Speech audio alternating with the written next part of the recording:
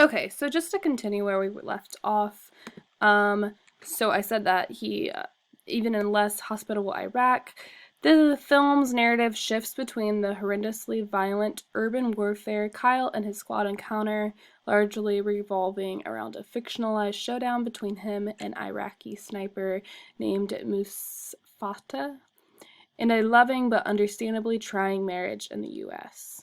So, this whole essay is kind of aimed to critique this film in the light of Edward Said's um, theory of Orientalism. So, in light of that, he argues that the film was too heavily modified to tell the true story of Kyle.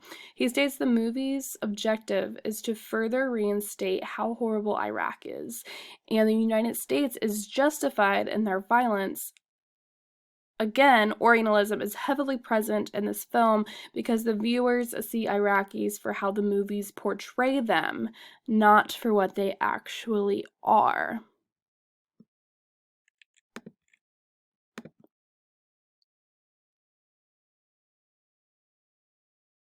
So kind of wrap this up, in conclusion, American Sniper by Clint Eastwood portrays an excellent example of the theory Orientalism by Edward Said. While the meaning of the movie can be controversial, as we saw in the first essay, the film still produces a lens that forces viewers to see the Middle East in a specific light.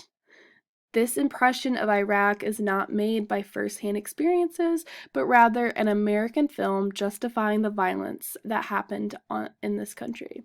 Furthermore, viewers will see the movie and think what the film states is true and therefore think that Iraq is a horrible place, creating Orientalism. So I applied this theory to American Sniper because I thought that Edward Said discusses the way the Middle East is viewed through the West.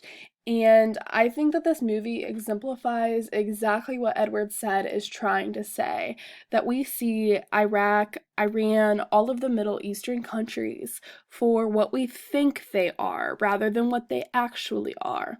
Whether or not Iraq is actually a very violent country that aims to kill Americans, it doesn't matter because Americans produce what they think this lens should look like.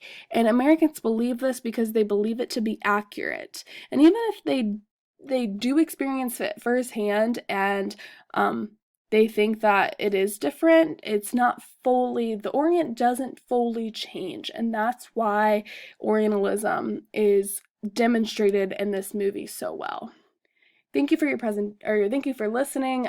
Here is a list of the references I used in this essay. I got them all from the BG Library webpage, and I hope that everything is going smoothly. Thanks for listening.